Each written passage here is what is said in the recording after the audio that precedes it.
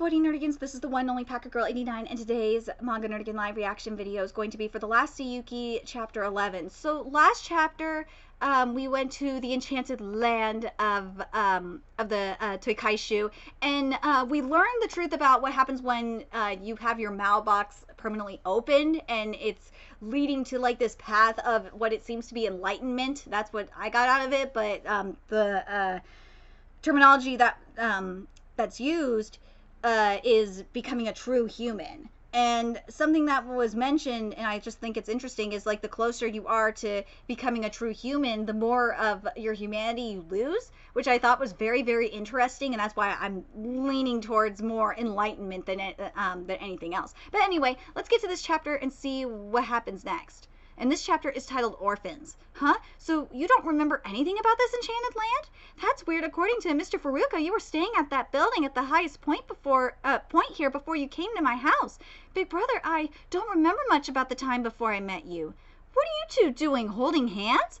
I should be asking you that. What are you doing? Shit.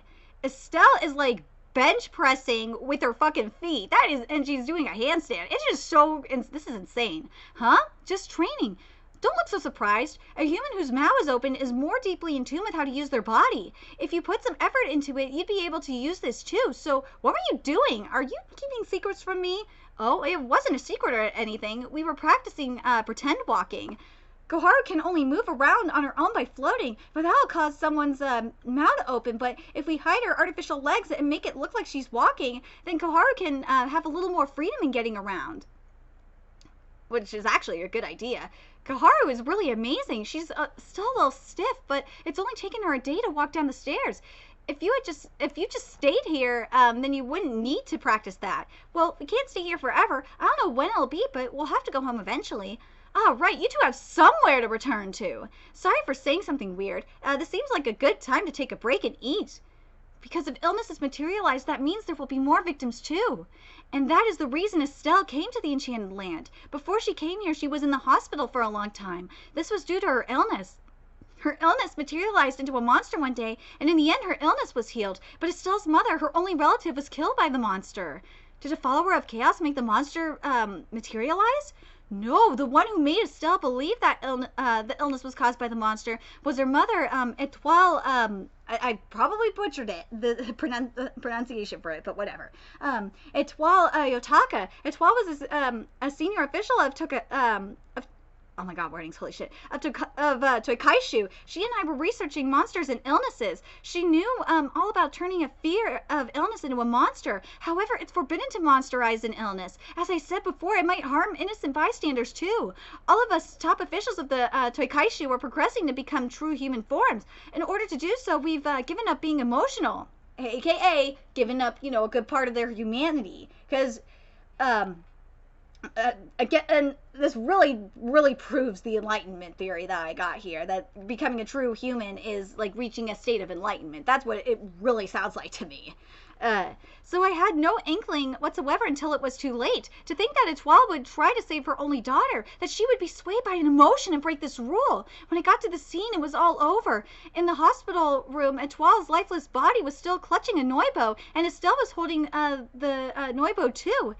So the fact that Estelle is here means that you didn't use the white Baku. I broached the idea, of course, but she decided on her own to fight.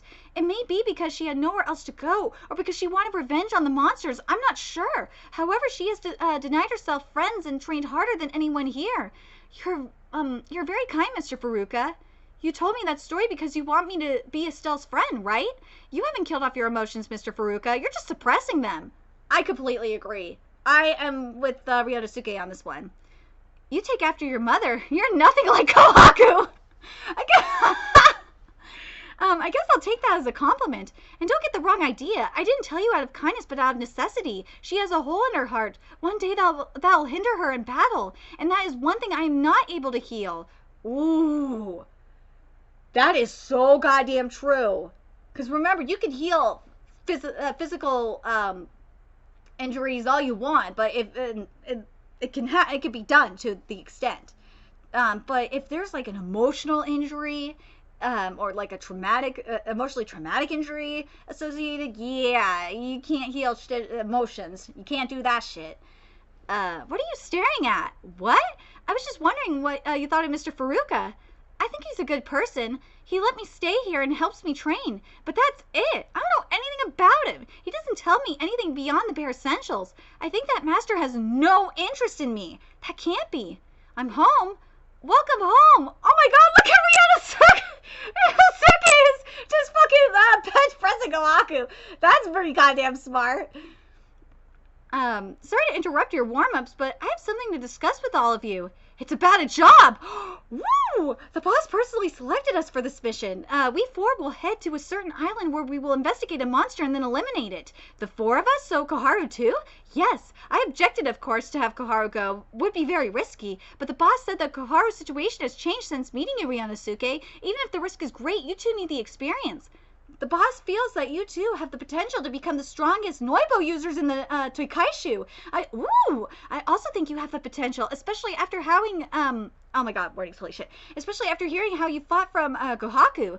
The Noibo is a staff that does what you want it to. It is a weapon that can change shape according to your will, but I've never heard of someone who could change its shape at will within a few days of starting to use it, or even control someone else's Noibo. Noibo. Oh god, my wording's right now. Boss also said if you two should refuse this mission, Koharu will be taken back to Dairankaku. Oh my god. My wordings. If you two should refuse this mission, Koharu will be taken back to Dairankaku Palace and will never be allowed to have contact with you again, Ryunosuke. Oh god. Yeah, you gave Ryunosuke like no choice here. So in order for you two to stay together, either fight the monsters or refuse and fight the Toikaishu. Is that what you mean? For us, the most important thing is to stay together. We will fight anyone who tries to get in the way of that. So we will go on this monster mission this time. I don't wish to fight you guys. You're pretty gutsy. I thought you were the more cautious type. Yes, I wonder why. But since that day, I just know. As long as Koharu and I keep wishing for it, then we can stay together. Dude, this is so freaking cool. I love these. The art this week is just insane. And it's gorgeous. Yes. I see. Yes, it's open quite a lot. Well, as long as you're coming willingly, then I have no complaints. I think he's talking about the connection that Ryunosuke has with Koharu. It's got to be it. But I still feel like Koharu could be like this white mage kind of character, you know, not just like healing, but like also supporting, like increasing Ryunosuke's power, and maybe even Estelle's power too, because whoever she's connected with, and their mailbox is open, like Ryunosuke's is, for example, or even with the Toikaishu, any of the Kaishu's boxes, then she could increase their strength and heal them. I'm very curious what you guys think in regards to that.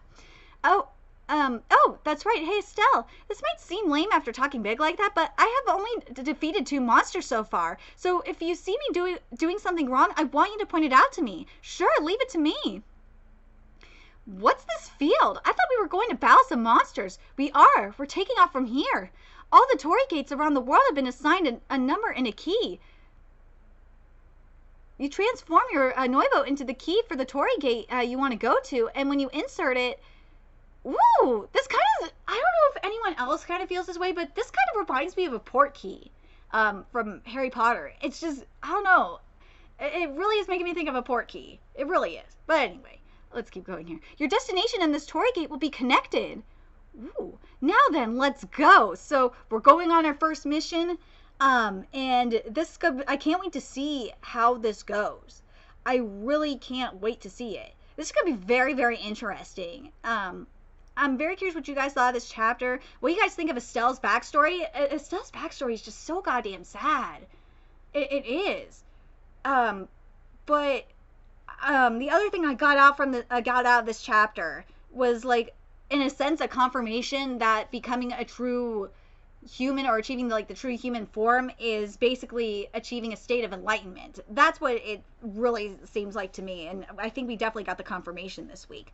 Anyway, let me know your thoughts in the comment section below, what you guys saw of this chapter, and remember to like, comment, share, and subscribe to Nerdigans Inc. If you love what I'm doing and want to help keep this channel alive so I can keep bringing you more Last Saiyuki content, there's a few ways you could do that. You could donate to my PayPal, Patreon, GoFundMe, purchase something off my Amazon wishlist, all it's in the description box below. Also, make sure you follow me on Twitter, Twitch, Facebook, friend me on PlayStation Network, that's in the description box below as well. Till next time, Nerdigans, I will be seeing you later.